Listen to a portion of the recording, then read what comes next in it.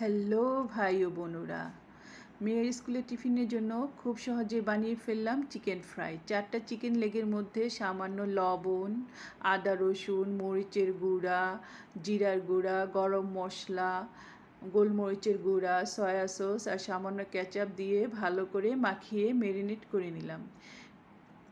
মশলাটা ভালোভাবে মাখিয়ে নিয়ে হাত দিয়ে ভালো করে মাখিয়ে নিলাম, যাতে চিকেনের ভিতরে মশলাটা ভালোভাবে ঢুকে যায়। এরপর কিছুক্ষণ রেখে দিলাম ম্যারিনেট করে। আলাদা একটি পাত্রের মধ্যে সামান্য ময়দার মধ্যে সামান্য লবণ আর গোলমরিচের গুঁড়া দিয়ে দিলাম। এরপর ভালো করে হাত দিয়ে মিশিয়ে নিলাম। লবণ আর গোলমরিচ দিয়ে ময়দাটা মিশিয়ে তার মধ্যে চিকেনের লেগটা ভালো করে ময়দা মাখিয়ে নিলাম। হাত দিয়ে ভালো করে চিকেনের ভিতরে ময়দা মাখিয়ে চিকেনটা ভালো করে ঝেড়ে গরম তেলের মধ্যে চিকেনটা দিয়ে দিলাম। তারপর ভালো করে ফ্রাই করে দিলাম।